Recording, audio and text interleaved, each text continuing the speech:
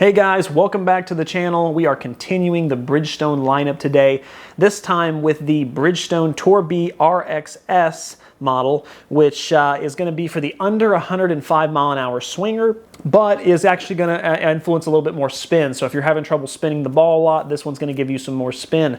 Let's see how it compares. All right, so first of all, if you've been watching my Bridgestone reviews so far, honestly, here's the gist of it. The design of the golf ball is very simplistic. This one actually has a blue number above it just to indicate that it is the spinning golf ball. The firmer one has blue as well. The alignment tool is just complete garbage. It's just not going to help you in any way whatsoever. I haven't been impressed at all by any of them.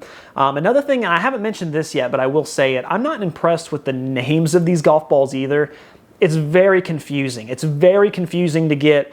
I mean, just to give you an example here, you've got the Tour B RXS, the Tour B XS, the Tour B RB, RX, I'm sorry, the Tour, see, it's confusing, RBX, and then you have the BRXS, and then I can't even, and you might know it if you're a Bridgestone enthusiast, but honestly, when you're someone just trying to test these golf balls, it is very confusing. I hope Bridgestone comes out with a different name for them. You know, I mean, hell, call them Alpha, Omega, something that's going to be a little easier to pronounce because the letters just end up getting jumbled. When I find one on the course, I have to look it up to even know what it is, so that's kind of disappointing there. But anyway, the last golf ball we tested performed really well. The design of them are all pretty much the same. They leave something to be desired, but let's get into the chipping and putting and see how it did with this one. Hopefully it gets a little more spin than the last one. All right, so on the chipping green with the Bridgestone Tour B RXS, which is the one that spins a little bit more, and if you saw the last review,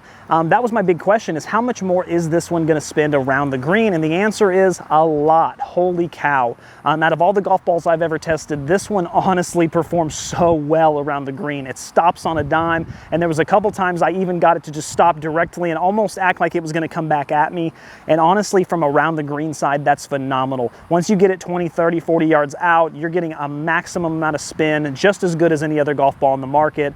Bridgestone really did a phenomenal job with that. As far as the feel goes, it feels phenomenal. It feels a lot like its counterpart, the RX. The only difference is the RX was a little firmer, so if you did miss-hit it, it made a very loud clicking sound. This one does not. This one's pretty soft either way. I mean, there is a subtle difference you'll notice, but not as big of a difference as the RX was. Getting into the putting, it's very similar, except I will say it feels phenomenal. I think it even feels a little bit better than the E12 and the RX, just because of how soft it truly performs around the green. It really just bounces off the putter, goes right where you need it to, and there's just minimal feedback there. It honestly feels, it reminds me a little bit of like a 2- and 3-piece budget ball sometimes when it comes to the feel. It's just so soft. I'm not sure how Bridgestone was able to pull that off, but it seems like they took a lot of their time and energy to do so. So you got to give credit where credit's due.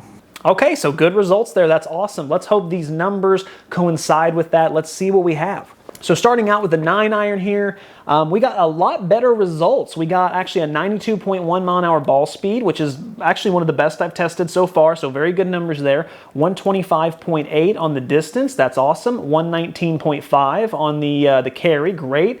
And then actually a pretty decently high launch. So the ball really launched high, had a great ball speed, and I didn't get a spin number from it because my device doesn't measure spin on a 9-iron, but I imagine it was really well based off those numbers. So that's awesome. That's a great start so far. Going into the 7-iron, we got 6,947. Whew, that is a high spin number for a 7-iron. 6,500 is about my average right now since I changed the way I swing my 7-iron. So that's a lot. That's almost 7,000 RPM. So you're going to get this ball to stick a green and even come back at you a little bit with a 7-iron, which if you need the spin is awesome. Ball speed was 106.1, which is right there in the average part, so that's a pretty good number. 157.3, 145.6. So those numbers are average. I mean, that's nothing wrong with average when it comes to distance because you do want consistency. So I like that. And then 19.7. So again, a higher launch on the 7-iron as well. So this ball does launch a little higher for sure. Definitely more than its counterpart, just the regular Tour B RX. It definitely launched a little lower, so this one launches higher. So then getting into the 5-iron, now this is interesting, 5,026 by far. That is the most spin I have ever gotten with my hybrid. Even with my 5-iron back in the day when I used to test it, didn't get usually that high.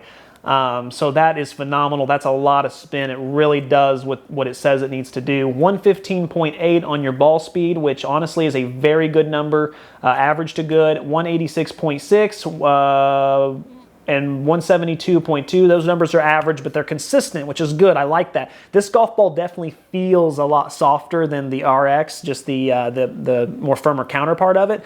And that actually added a lot of forgiveness, which was really my main issue with that last golf ball, because I just had such inconsistent numbers. The averages ended up going down, whereas this one, maybe the numbers weren't fantastic, but they were consistent, and I'll take that every day of the week, twice on Sunday.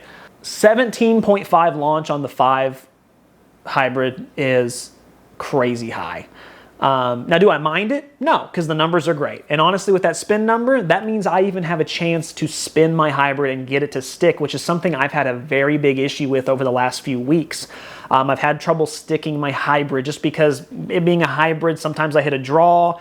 It just rolls too much. I got to land it in front of the green and hope it rolls up and I get bad bounces. Having this to where I could stick it and it actually stay on the green, that's impressive. And with that high of a launch angle, it's definitely doable. Driver spin, 2,883. That's actually an average number. That's not that bad at all. 245.6 on the distance, 135 on the ball speed, 224.9 on the carry. Man, 15.5 on the launch angle. Those numbers are fantastic. I love to see that.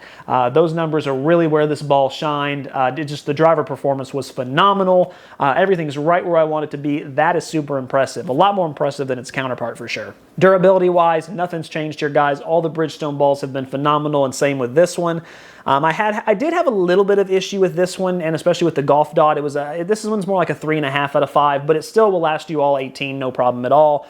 It just had a little bit more scuffs, and it got a little bit more torn, I think, because of how soft it is. But overall, still an amazing performance, and it definitely will last you as long as you need it to.